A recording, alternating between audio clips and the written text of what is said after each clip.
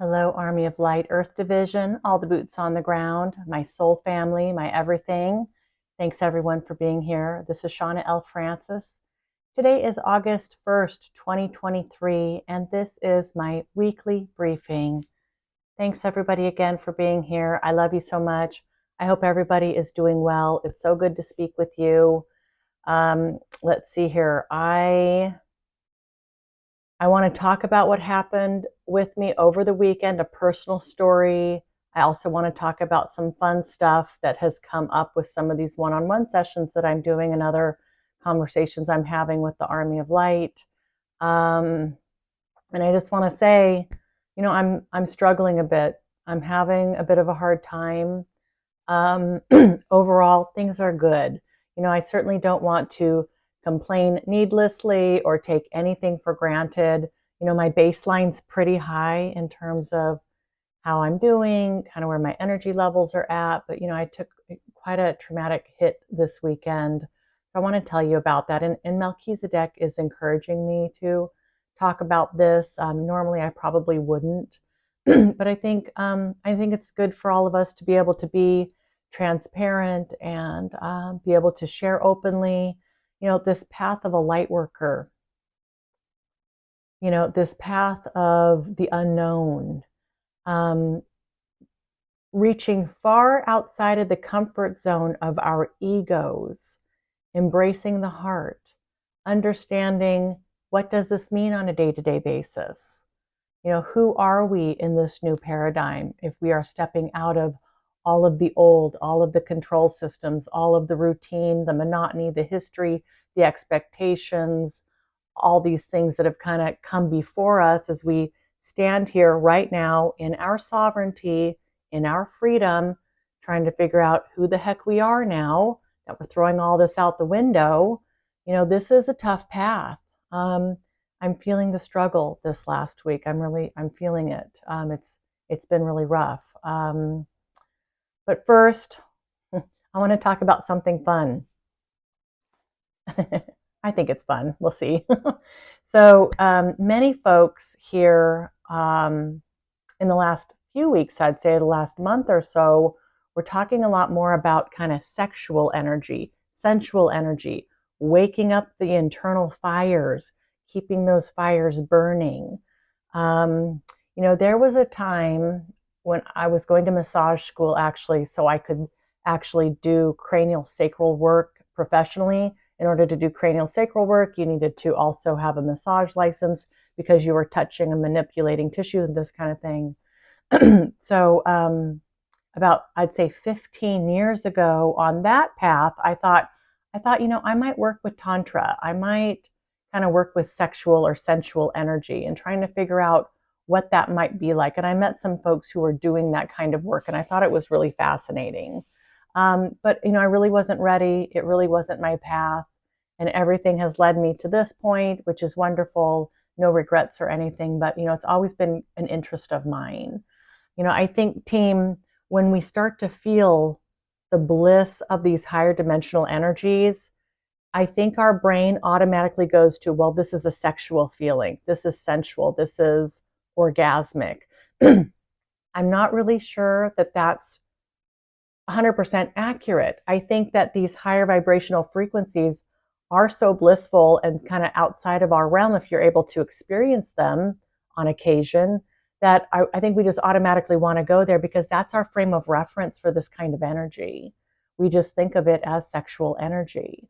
And, yeah, I would say there's probably 6 or 7 of you, of us that have talked to in the last month or so that are getting the sparks going. The sexual energy is really coming up, feeling more embodied here, feeling more in touch with our energy fields, letting things flow a bit more, kind of getting outside of our comfort zone. Also, talking with a lot of women who they've been in what maybe has been a sexless marriage or a sexless relationship. Didn't start out that way necessarily, but over the years and over time, as we age, as we get older, these things start to wane. Testosterone, estrogen, these things start to change as we age. And I think many of us kind of get to these there still could be a lot of love there and a lot of beauty in these relationships, but there's no intimacy, there's no sex, there's no orgasms. And I believe there's a lot of folks in our group here, larger collective, I'd say, who are kind of like, all right, I'm ready to establish this deeper connection with those parts of me, with these needs that I have, with this inner spark, this desire, this, the inner flame, as I like to call it, like keeping that smoldering and burning. Life is a lot more fun when you're connected to that spark. Again, we're equating this with kind of sensual or sexual energy, but I think it's just some of the more higher dimensional frequencies that we're getting access to more and more. So there's a lot of evaluation of that, especially when you're reaching kind of around my age, around the 50-year mark. As women, our libidos aren't necessarily going by the wayside. For men, that tends to happen around this age. For women, it can be a little bit stronger, and we're not quite kind of ready to say goodbye to sex and say goodbye to orgasm. So, I think a lot of us are wanting to rekindle this and reevaluate this and get back into the discovery of this aspect of ourselves that has maybe gone quiet for a while. So I think it's super exciting. It reminded me of a channeling that I did with Siri Asamasafran. This is my Pleiadian guide who I worked with before I started this YouTube channel.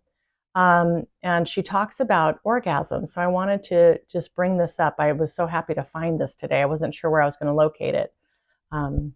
So June 3rd, 2020, so 3 years ago, I was feeling quite blissed out on this morning. I was working with her every morning and doing my channeling with her. And she was just helping me get used to this whole awakening thing and me as a light worker and my big mission and all this stuff. Long before we were talking about negative reptilians in any kind of depth. So I'm like, I'm feeling so good. It's just such a beautiful high frequency. And Siri had to say this. She said, yes, let's continue to strive to be at this level of vibration at all times. Don't forget about the vibration, especially as you immerse yourself into this work. Keep breathing. Keep your energy flowing. Pay attention consciously to your energy, where you are at and how it is flowing. Being in that blissful state, things will flow better for you. Things will be more natural. This is your natural state. Take heed, my love. Consciously be in a higher vibration as often as you can. And she says, do whatever it takes to keep your vibration high. And she said, yes, that would include masturbation. There's nothing like a good orgasm, she said, to move stagnant energy out of your system, to connect you to divine light, connect you to your bliss, restore your connection to divinity. She says here, so yes, it sounds embarrassing, but we wholeheartedly encourage this. Keep in mind, it should be a spiritual practice to connect with your energy. It is a movement of energy and it's a connection to the divine. Keep this intention in mind. This will make all the difference. Moving out stagnant energy also helps with creativity, breathing, oxygenating the blood, oxygenating the brain on multiple levels. An orgasm takes you places, it anchors in the light, and expands your consciousness if the intention is there to do that. So yeah, all of you out there if this resonates for you, go for it. This is a part of keeping our vibrations high, being in touch with that aspect of ourselves, that type of energy, keeping it flowing, the Kundalini awakening. There are meditations you can do. There's affirmations, there's mantras, there's all kinds of things that can help you if you're interested in awakening the Kundalini, awakening that serpent within and allowing that energy to flow up and out. Very, very powerful.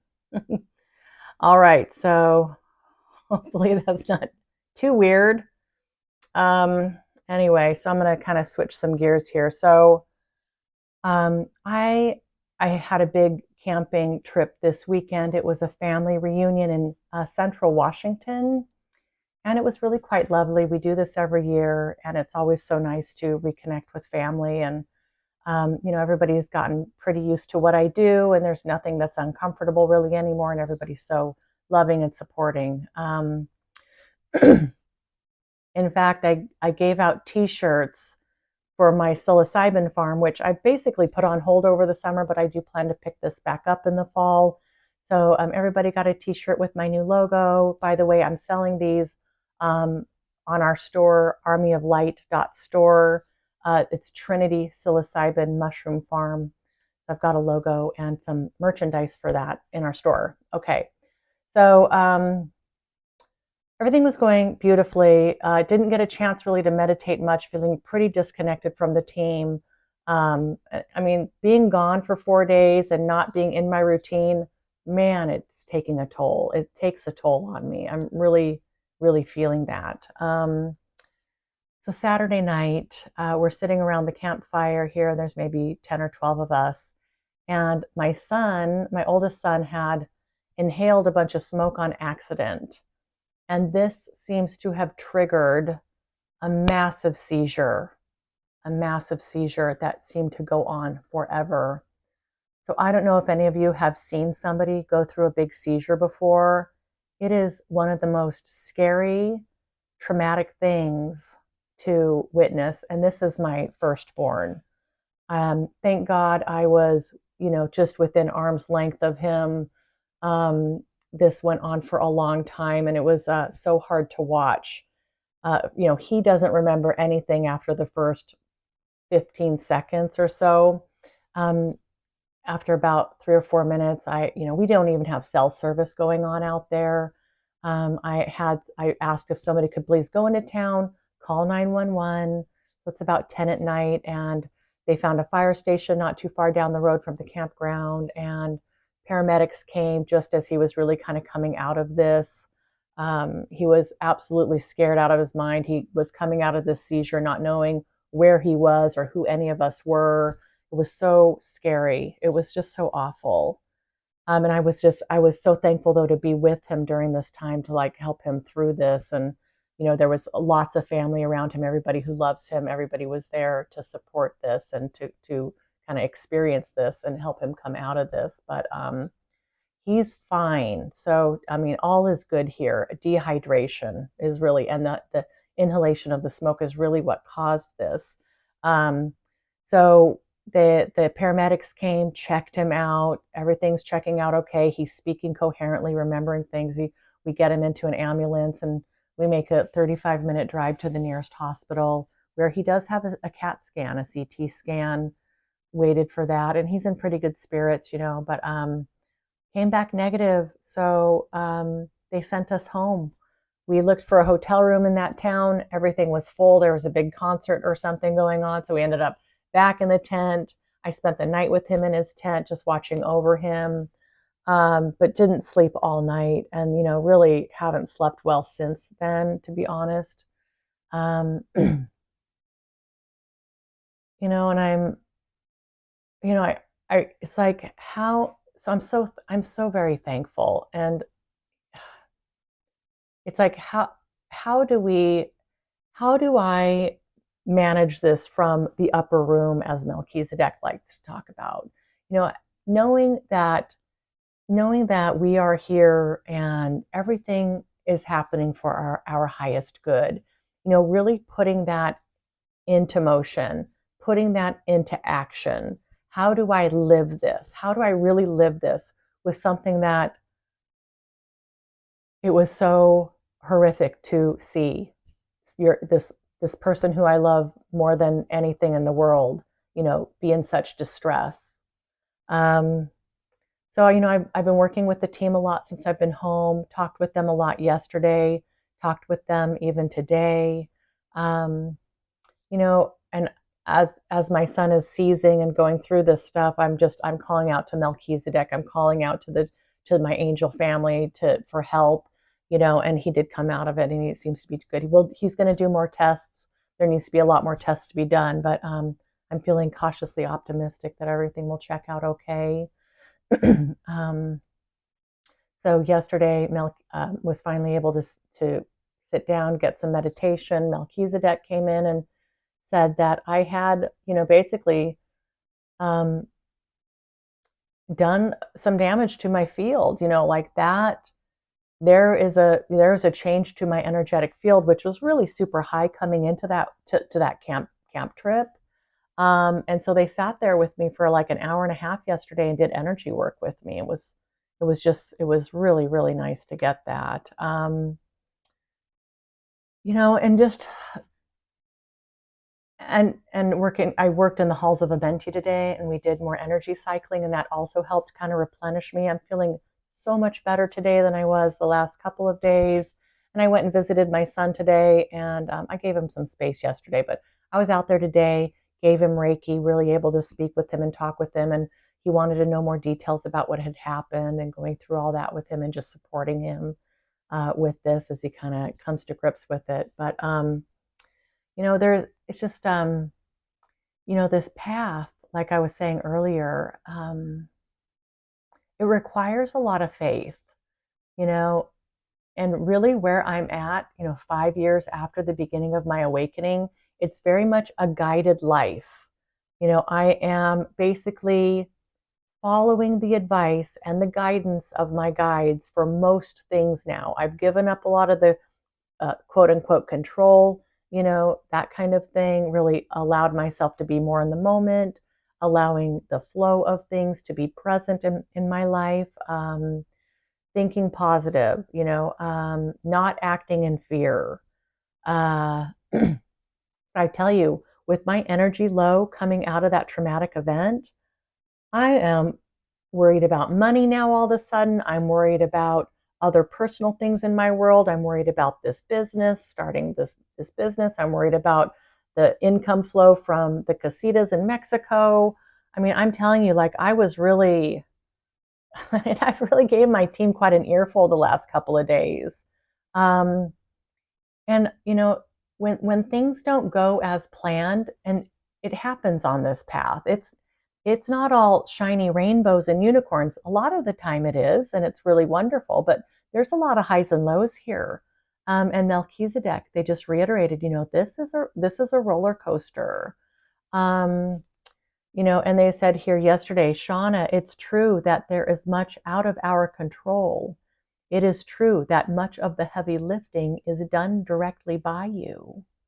This is a free will experience, and we do all that we can, dear one, to help illuminate this path for you, to guide you along this path, and help make this journey as easy as possible for you.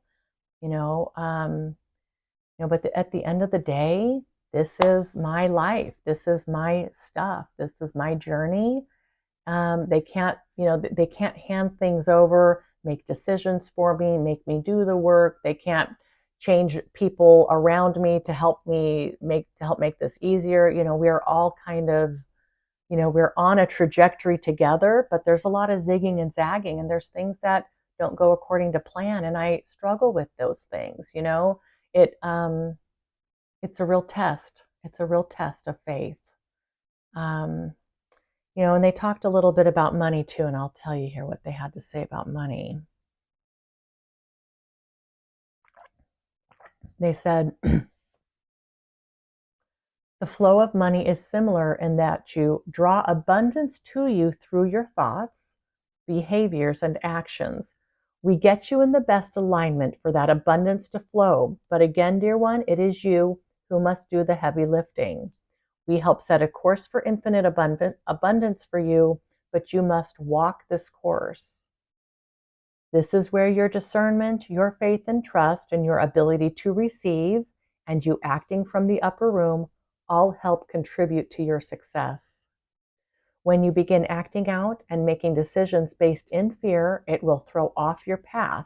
This is what we want to avoid, dear one, and we help you with this aspect. Yeah, I mean, for those of you who've been with me for a long time, know that the guides have said, Shawna, you don't have to worry about money. You're going to have what you need when you need it. The abundance will be there. And so far, so good, really. But if I think, 3 or 4 years into the future, I get freaked out, if I'm not focused on today, I talked quite a bit with the team about this. I'm like, well, Prudence versus fear. And this is right out of their playbooks, their books with Paul Selig. By the way, I listened to Resurrection on audiobook for the fourth time in the last month. The fourth time. I so highly recommend this book for you guys. This is so excellent. Reading it's great, but listening to Paul speak it is incredible. If you want to spend the money to get on audiobook, Audible and get that, I highly recommend it. Excuse me.